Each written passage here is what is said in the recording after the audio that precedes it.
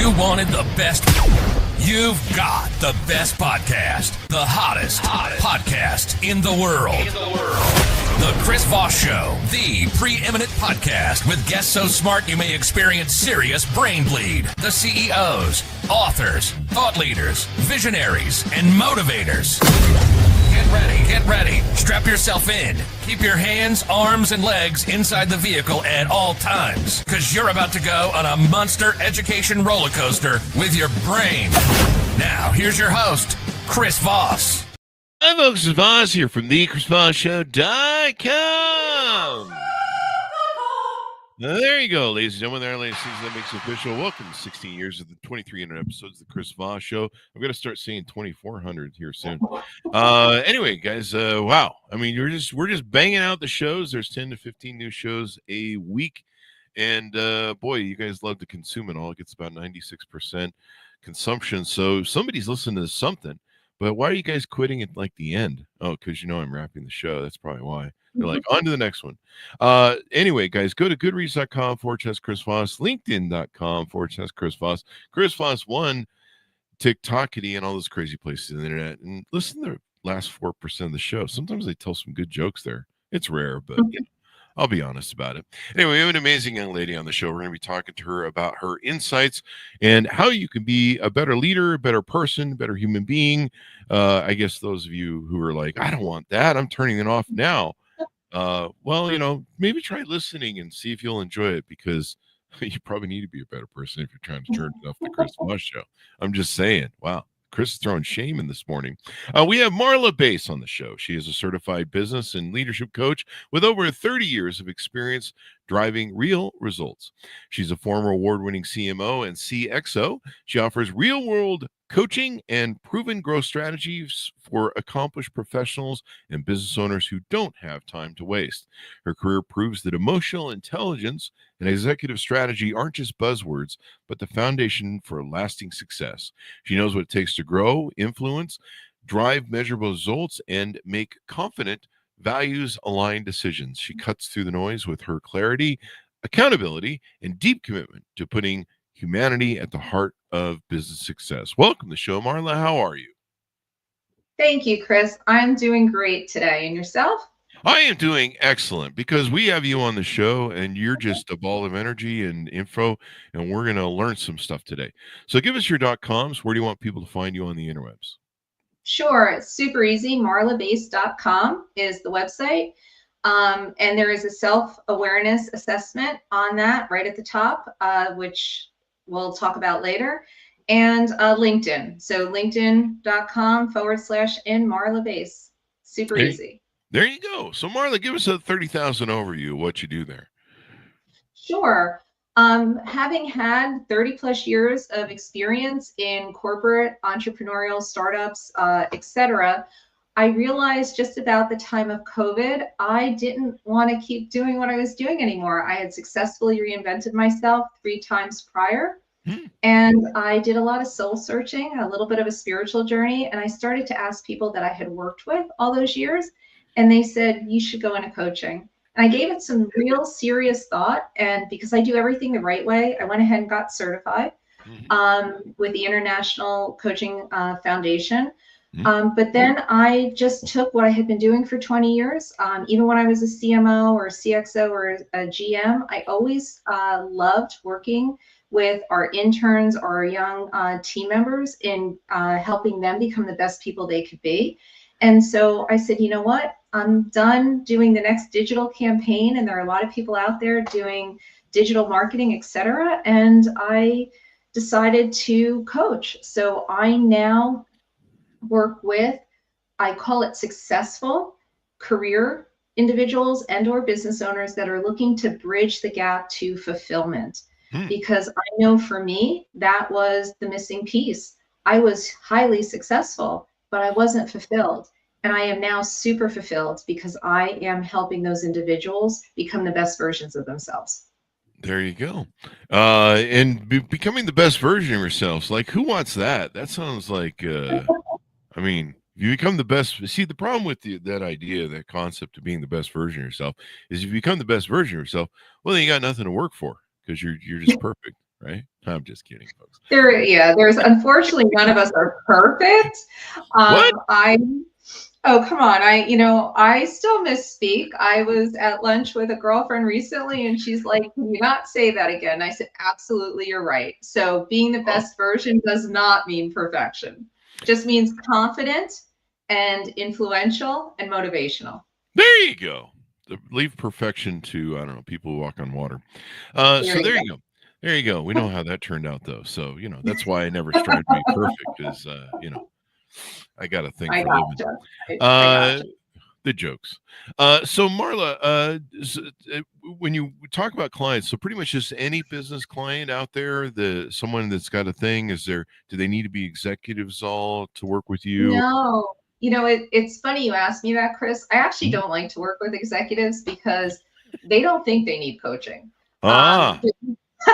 But yet it's funny, when I decided to do this, the very first group of people that I sent a note out to that said I switched was to the Chief Marketing Officers Club, because I used to be a part of them. And I got about 4 gentlemen who were basically saying, "I know I'm going to get let go in the near future and I need to figure it out."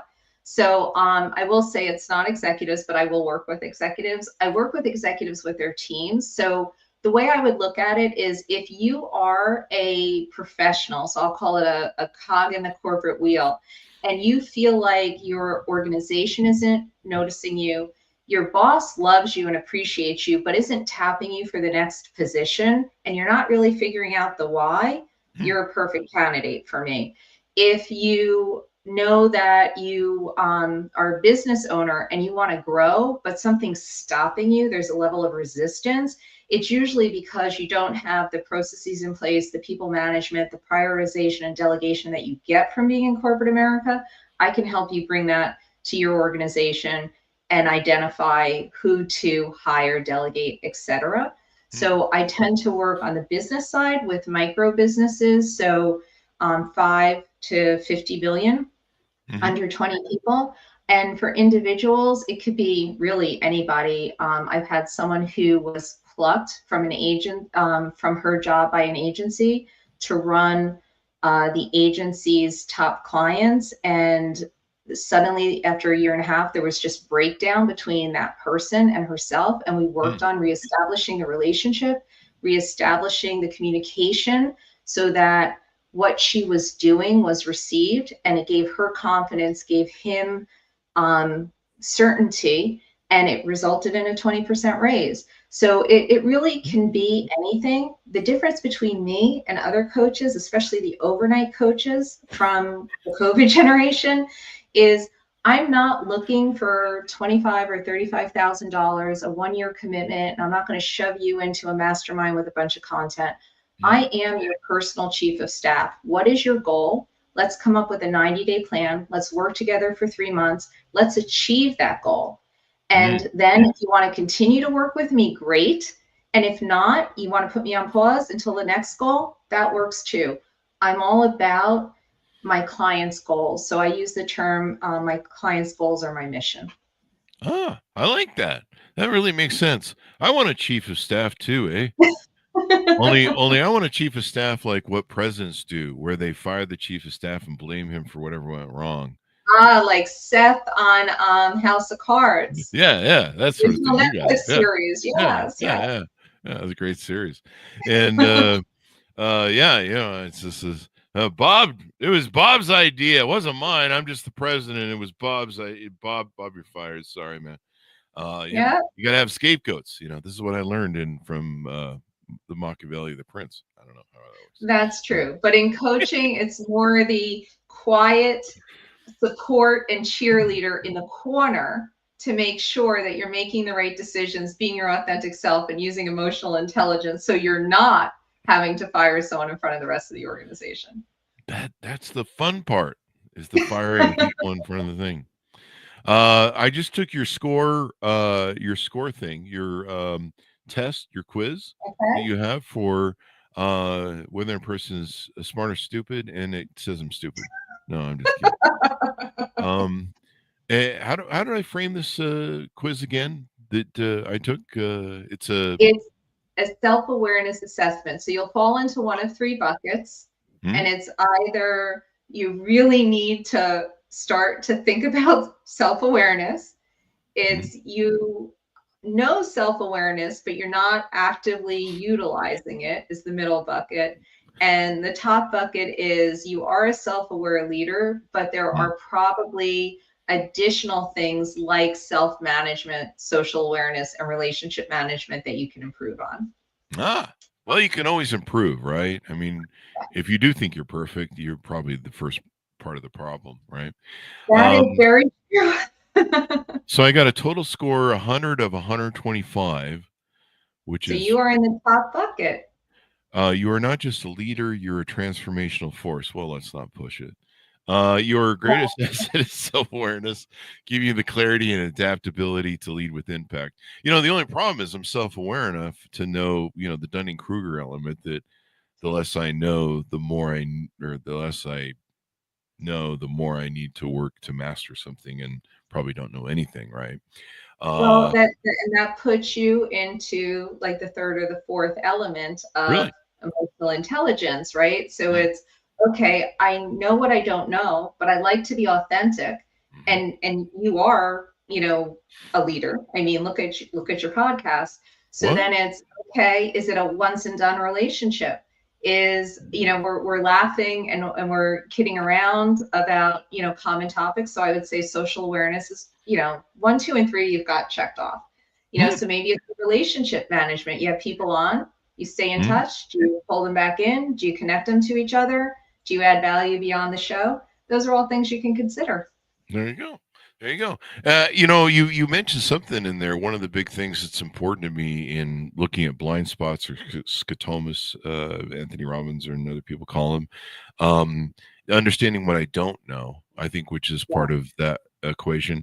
You know, I always cite the three things. There's the things you know, there's the things you don't, or hold on, there's things you know, there's the things you know that you don't know. Like I know that physics exists. I'm not good at it. I know algebra exists, but I don't know how to do it. And I don't want to know how to do it. Right. Fuck you, high school math teacher. And a little bit of trauma rage there, Chris. What's going on, man? And then there's the things you don't know. And Right. I wrote a big thing to my niece and my nephew back in the day when they graduated from high school. And I go, the things you don't know, those are the ones that come out of the dark and hit you. So it's really important to have, you know, the self-awareness and all those things. And so yeah, we alluded to the number 4 in a series of a list that we talked about in the green room, 4 steps to be emotionally intelligent leader. You kind of referenced there. Tell us about what those are, if you would walk us through. I will. And I just want to sort of touch on first what you're talking about, what acknowledging you don't know what you don't know. And to me, that we talk about a self-aware leader, but what I also have always strived to be, and I work with my clients to be, is an authentic leader. And if you're authentic and you know you don't know what you don't know, and you're driving for influence and you have people around you, having the self-awareness or the emotional intelligence, and I'll go through the 4 steps to say, I'm not 100% on this. Is there anyone else in the room or, you know, the conference table or whatever it is that has knowledge and information? Please bring it forward. Too many leaders are willing to own the room through bluster and not through authenticity. And what they do is they actually alienate instead of motivate. So I respect that you acknowledge you don't know what you don't know. And I think more people who did that, they would be more impactful and more powerful. But the 4 areas that you're asking me about, and you mentioned blind spots. So before I even go right into the 4 areas, there is a study out there, and I forget the actual study, but it says that when executives or leaders are asked if they are self-aware, 85% say yes. And then when they actually go through the study, and it was a university study, only 15% are truly self-aware. So that leads right into your blind spots. So, and self-awareness, ironically, is only the first step to emotional intelligence. So we're not even talking about the full picture of emotional intelligence in that. We're talking 15% are self-aware. So once you're self-aware, the next step is self-management. And what that is recognizing your emotions and having an ability to deal with them in the moment so that they don't force you to go off the deep end or overreact, etc. And one of the things that I'm certified in is NLP, and we work on, if somebody has a trigger, something that's called anchoring. And I can explain that more. But so there's self-awareness, self-management, and then social awareness. So people can be self-aware and they can manage their emotions, but they're not socially aware. And I'll give you an example. I was at a networking lunch with a group of people that I've seen more than once. And I had received a question from one of them last week. And I walked in to talk to them. And there's two gentlemen. They work together. They don't really need to be networking at the networking event. They're in a closed conversation. And they were completely ignoring me. I started to walk away. And finally, one of them said, "Did you need something?" And I was like, "I'm going to introduce you to someone and give you business." But that's being socially unaware. So the third step is social awareness. And then the fourth is true relationship management, which is what I mentioned before with you. Oftentimes, with my career being a head of marketing and professional services organizations, I wasn't responsible for sales, but I was damn well responsible for connecting people. So I consider myself a super connector. And the thing with that is it takes follow-up and constant ongoing of those relationships so that you can make sure that you're putting dividends in the reciprocity bank, you're giving value before you're asking for something. But basically what all of those buzzwords mean is you are on top of someone else's mind because you're giving before you're getting. And they're looking at you as a real value to their world, to their business, to them. There you go. So those steps. Yeah. So the 4 steps is being self-aware. I mean, how do you know? This seems like a cyclical question. How do you know if you're self-aware? Like, Well, what are you just took the test. So I ironically, after 30 plus years of experience, when I decided to coach and go through the certification, one of the things they asked me to do was put together an assessment. And I can honestly say it was before ChatGPT was out there. So they're psychological based questions, and it's ranking yourself on a scale of 1 to 5. And based on, and you saw it's a 5-minute quiz. You did it while we were talking. It will tell you if you are self-aware. And then once you know that you truly are self-aware, like you said, you're 100 out of 125, then the next question is, do you manage your emotions? Can you handle self-management? And my gut is yes. You probably have a lot of really different people, diverse people who come on the show. There's probably even a few that are pushing every one of your buttons through the whole show and you stay calm. I love most of them. I love all of them. And I haven't anybody push my buttons too much on the show. Okay, well, that's good. But they're nice. They're polite. Yeah, that's self-management. And then, we talked about the social awareness. That's usually, dinner party, a networking event, even in the office. There's clicks and being able to bridge and to bring yourself above whatever your judgments, your filters, and things like that to make sure you're engaging. Yeah. And so having that self-awareness is super important. Now, do we flesh out all 4 of the points of self-awareness? Yes, we did. We did. And the 4 points, self-awareness is the first. So I just want to be clear. It's to being emotionally intelligent. And so there are a lot of people who might be self-aware, but they're not practicing emotional intelligence, whether it's in their personal life or in their business. And that's the culmination of the 4 of them. So, I used to be told that one of my secret powers was walking into a conference room and immediately being able to see what everyone's agenda was. And that's where social awareness comes in. So I knew what 2 people were going to have a pissing contest, what female wanted to prove herself. We can laugh about it, but I mean, it's before the Me Too movement and, DEI. It was a real thing. Yeah. It's kind of interesting, some of the different things that go on there. And we move to, emotional awareness. We've been talking about more on the show. It's been more of a context and talking about leadership and everything else. Leaders, why is it important for leaders to be socially, or to be self-aware and be self-accountable and have these attributes? Because presence isn't about performance, it's about alignment. So for a leader to truly have presence and to have impact and to have influence, they need this. The days of just being able to walk in and bully the team into getting things done is changing. We are, as a humanity, starting to talk about things like collective consciousness, being more aware, caring about things that are going on. Well, that starts in whatever everyday environment that you're working in.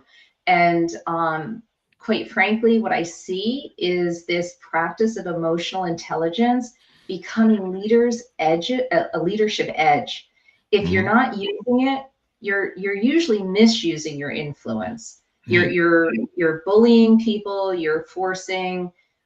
It's a different kind of influence. Emotionally intelligent leaders have an edge because they are naturally influential and they drive motivation.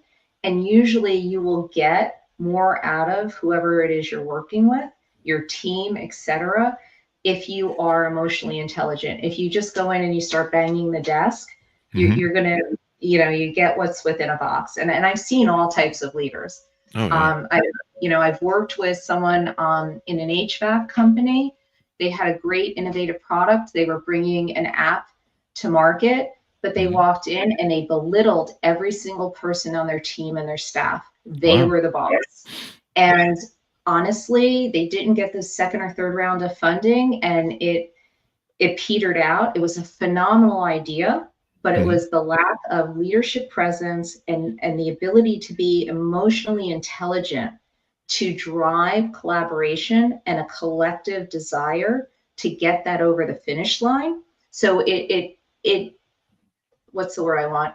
It creates roadblocks for leaders who don't have that ability. Yeah. And it costs companies. I've seen it firsthand. Yeah. So what sort of, how do we turn these into habits where we make them, if we're trying to become more self-aware, if we're trying to be emotionally caring, I guess we have to care about other people, maybe. I don't know. Well, it starts with yourself. So I'll say, I don't give people new personalities. I give them clarity and strategy so that it becomes part of their everyday. So that one individual I mentioned a while ago where she said, my boss isn't recognizing me and I'm not getting a raise. My conversation and my coaching with that person was, how are you showing up every day? How are you articulating what's going on across team, across clients, upward, downward, sideways, such that everybody is aware that it's a collective process. And specifically, the example I'll give is if a client or a team meeting was talking about a problem, I said, if you've solved that problem with another client recently or in another team meeting, bring that. Because then what you're doing is you're able to sort of self-promote yourself without being self-promotional, which is also the first thing about self-awareness, but you're facilitating collaboration. Hey, we've already done this. It's not a new problem. So it just becomes, it's really tools. And again, it's clarity and strategy of how to show up every day. There you go. And people, leadership is a big deal. I think, I don't know what the numbers are, but a large amount of people leave a job and go someplace else because of poor leadership. It's that big of a factor. Like sometimes it's not even about how much you pay them, or treat, or, how much you, what benefits you have at your office or whatever the case may be. If leadership is poor, people don't want to follow a bad leader because most people know that, bad leaders will usually drive something off a cliff, and no one wants to be on that ride. And plus it's, people want to show up and do good work every day, and they want to enjoy what they do. And if it's miserable, no one wants to do that. I mean, unless you're really a masochist, but there's some people like husbands. Excuse me. Anyway, do the married jokes in the show. Anyway, and so working with leaders that are self-actualized, self-accountability is probably a big part of this, right? Mm-hmm. Absolutely. And some of this falls into stoicism. So, as a man, stoicism is kind of our Bible, meditations, and Marcus Aurelius, and of course, women can use it in masculine nature. To be stoic, to have control over your emotions, to not let your emotions run you, and to be able to look at your emotions from a logical or reasonable standpoint and go, why do I feel this way? What is going on? Is this reality in what I'm feeling? Because feelings aren't reality. Feelings are very personal. They're not. Someone can look at a sunset and have a feeling of the world's ending tomorrow because the sun is disappearing, or someone can have a feeling that it's something of beauty. 4 plus 2 plus 2 always equals 4 in logic and reason. And so, being stable as a leader and being emotionally stable and knowing that you have that sort of stoic response to things is really important, because if you're losing your shit, everybody else who's following you is going, the leader's losing their shit emotionally. This is scary, right? And there's an instability there. So your thoughts on that? Sorry. You're fine. You're spot on. So yeah, if there's one thing that I am glad has transitioned in the last couple of years in corporate culture is the idea of what you're talking about is dumping emotions. So it used to be your emotions aren't welcome here. And nowadays it's true. And nowadays we're using emotional intelligence for clarity, influence, and trust. And I'm going to quote something else you just said, because it's spot on. Success without self-awareness is like driving blind. Sooner or later, you're going to crash.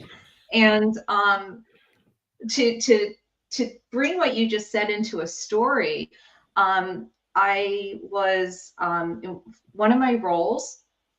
We were responsible for divesting a business, and the goal of the larger organization was to keep everyone intact but the leadership team. And because it was a large multinational that was based out of France, they decided to bring someone up from Venezuela to be the CEO of the team. And you had a bunch of Northeastern driven type A's on that team, a couple of females, a couple of men. And that individual only knew how that organization always worked. They could not really read who he was meant to lead to make this happen. Now, because his direct reports were who we were, we managed to get the task done on time, under budget, etc. But what was interesting is, again, to your point, the lack of self-awareness, the lack of being able to motivate and to demand influence and trust, because he didn't have the self-awareness.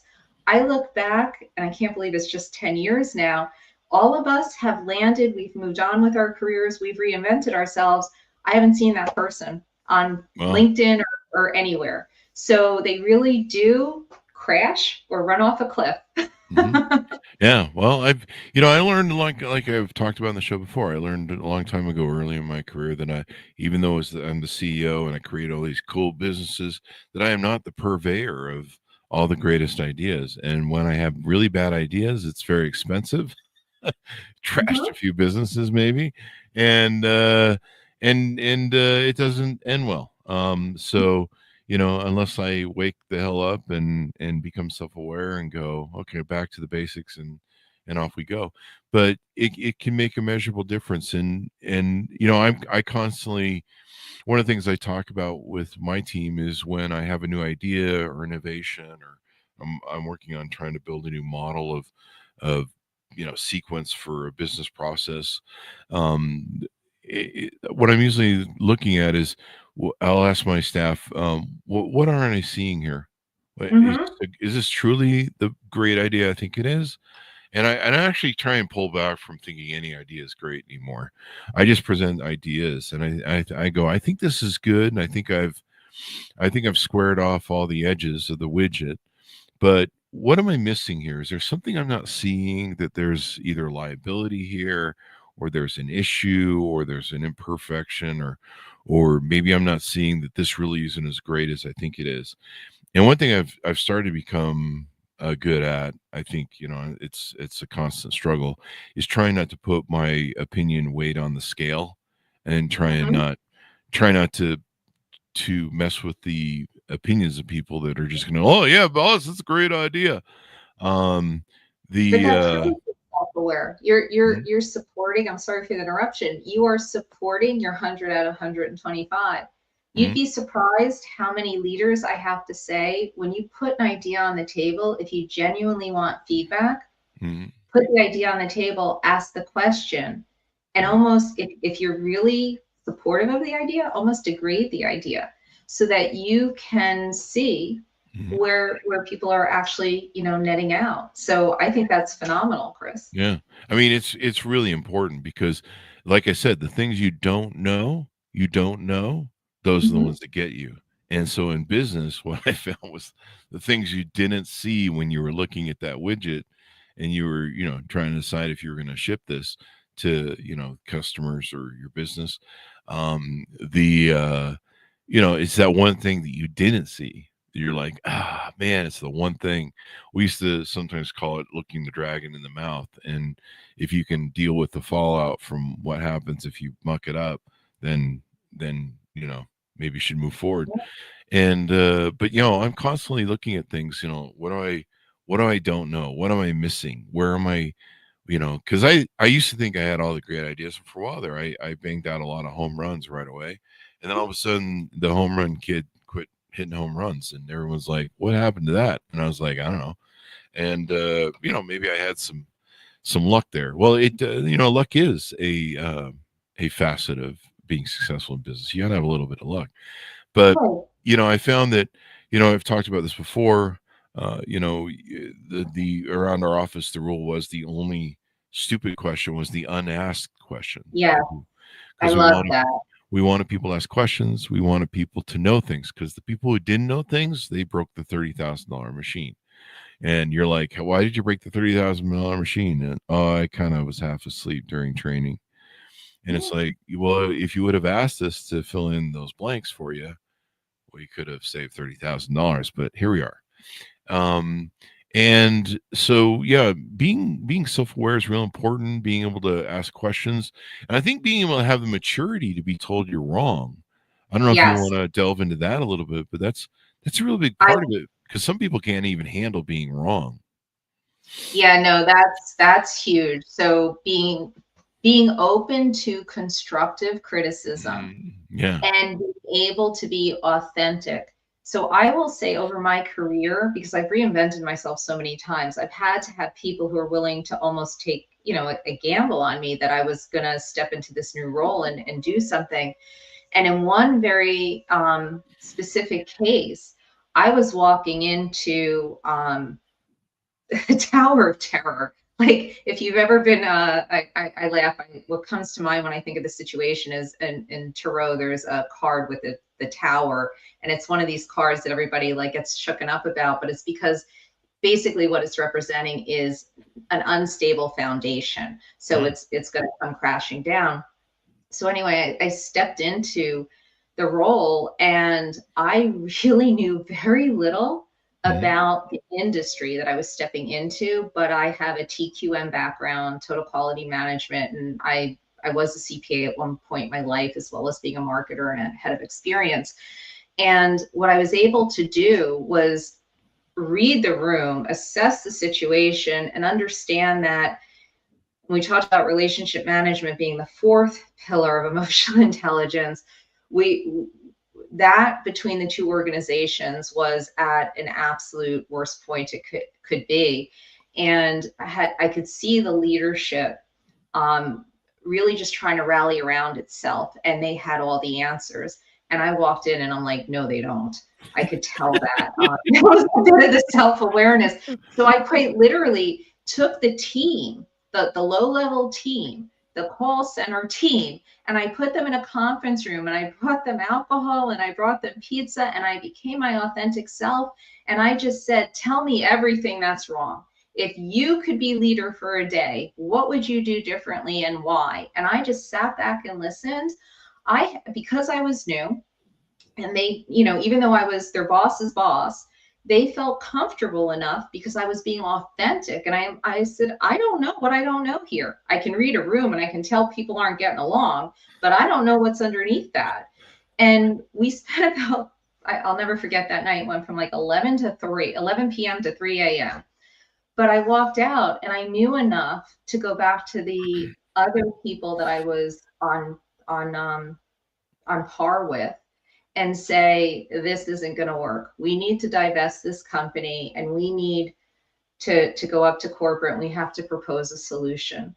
So what happened with that was the team that shared, they got saved. They had the right things put in place, and ultimately the client and everybody else won.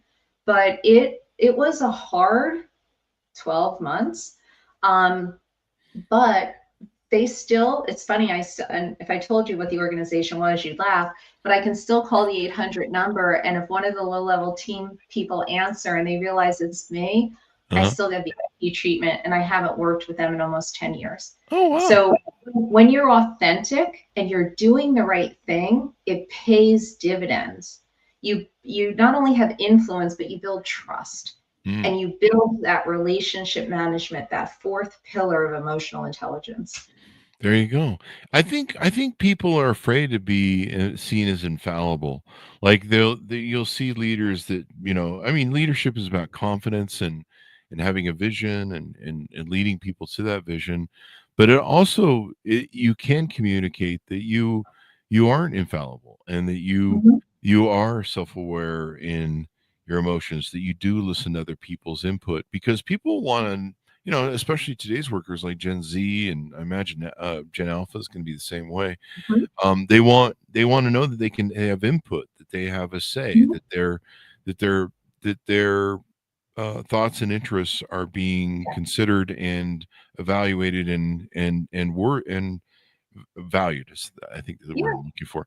And so, but I think some leaders, when they get appointed, if they're not mature enough, they fear that if they're found out, kind of an imposter syndrome, if they're found to be fallible, that, the leader did make a mistake, and that's why you see some leaders, they try and spin if they're caught doing a mistake. We were joking about presidents earlier. And, I didn't make a mistake, or Bob made a mistake. It was Bob's fault on the team, or, you just didn't understand what I was telling you correctly, gaslighting, things of that nature. We see a lot of that narcissistic leadership. And so, how can, I guess people that are concerned about that, what if people see me fail as a leader? How can they maybe overcome that? So what I'm just going to speak from my own experience. What I found over my career is when I leaned in and gave recognition to the lowest level team member for something that they did that was maybe mediocre, it wasn't even knocking it out of the park, but recognition for that, and then fell on my own sword for when the team made a mistake and took ownership to my boss or to another, because marketing was always the, what are you doing? You make pretty pictures. So yeah, the CFO and the COO. So I would be the one saying, my fault. I got that trust and that motivation from my team. So being authentic and actually insulating them and showing that you're willing to not be perfect actually goes so much further.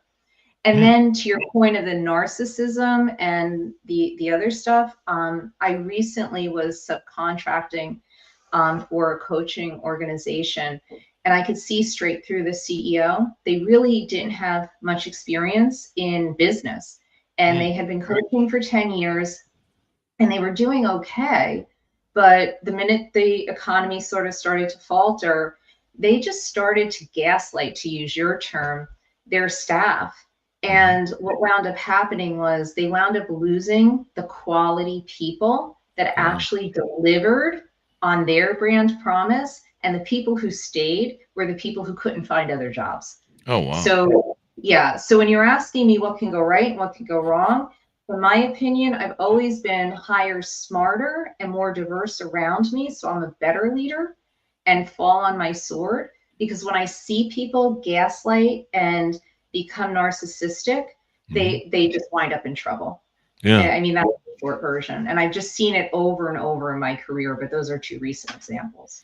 Yeah, being able to show that you're, you're not infallible, that you're not perfect, and that it's okay to make mistakes is a great thing to communicate to your staff, because then they'll do the same. If you're teaching them to be narcissistic and I'm never wrong, then they're going to be never wrong, and you're going to have a whole department of idiots that are running around thinking they're never wrong, making all the mistakes in the world, and not having that self-awareness. So probably the importance of having emotional intelligence. Yes, absolutely. I couldn't have said it better. Ah, there you go. That's why they pay me $5 to do the show. I get $5 a month. It's awesome. I'm saving up. So anyway, as we go out, tell people how they can onboard with you, how they can get to know you, how they can handshake with you to find out if they're a fit, how they can onboard with calls or whatever to get on your schedule. Absolutely. So again, marlabace.com, right at the top is a book a call. If anyone is questioning what my first call and getting to know me looks like, I encourage you to go to my LinkedIn. I just had someone who did a complimentary coaching session, and I didn't even ask them. They wrote a review because they walked away with things that they can do. I love to talk to people. So again, if you just go to the website or even my LinkedIn, you can click book a call, 30-minute networking session or 45-minute free coaching session, whatever works best for you. And again, I work in 90-day increments. So if you have a goal that you just haven't had a moment to get to, and you need accountability and you want to get out of the fray, that's something that I would love to work with you on. There you go. And they can reach you on your website. Give us your .coms as people go out so they can find you on the interwebs. Sure. www.marlabace.com, MARLABACE, or LinkedIn.com, Marla Bace, right there. And I have a YouTube channel, Marla Bace Coaching, where I just talk about in sound bites some of what Chris and I have talked about today. There you go. It's really a factor nowadays where people care more about this stuff. The old Peter Drucker management, carrot and stick sort of management. It doesn't work anymore. People want to feel more emotionally connected. They want it to mean something more to them than just showing up to a job. And, they want to know it's making a difference. They want to make their difference in the world. It's so important. And we need more people to be more self-aware. It would make the world a whole lot better place. Absolutely. But, you have to deal with, you have to look into yourself internally. Sometimes that's hard for people to do. You have to be accountable. It's hard for a lot of people to do. But there's an insecurity you initially feel when you delve into that stuff, but I've been doing it for so long. I'm not insecure. I'm very confident in my leadership abilities, and part of those abilities are being able to know that I'm fallible and know that I'm wrong, and to search out, especially with the assistance of my staff and team, people or like yourself or my podcast, stuff that can expand my awareness and my ideas, and pondering who I am, what I'm about, how my leadership works, is it effective?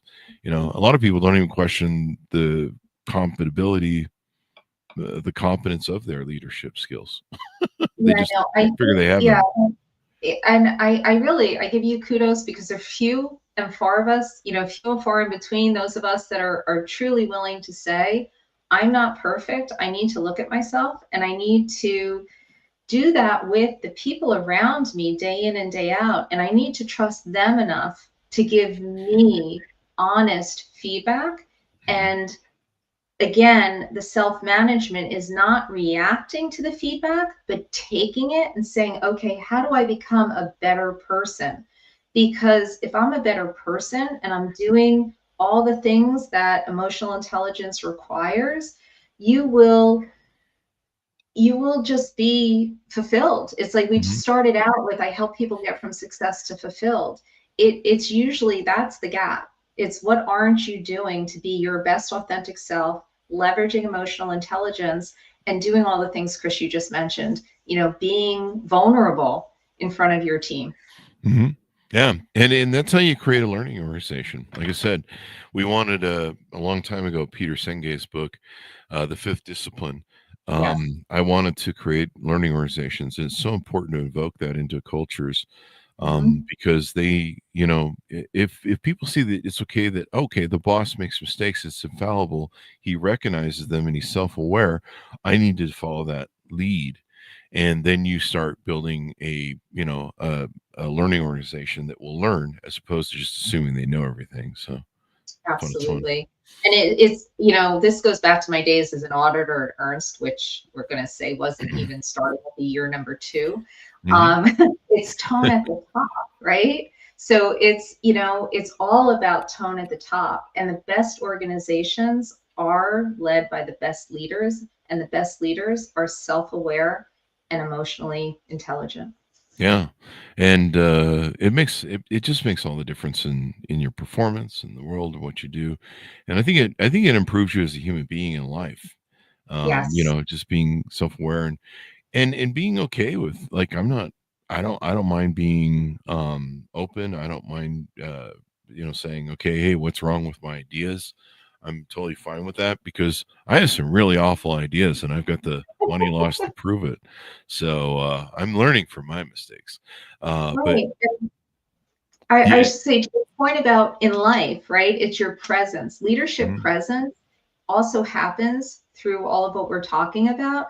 So I happened to be dealing with a volunteer situation last Saturday, and I had someone say something to me that the old me and the non-self-aware me would have wanted to give a zinger right back.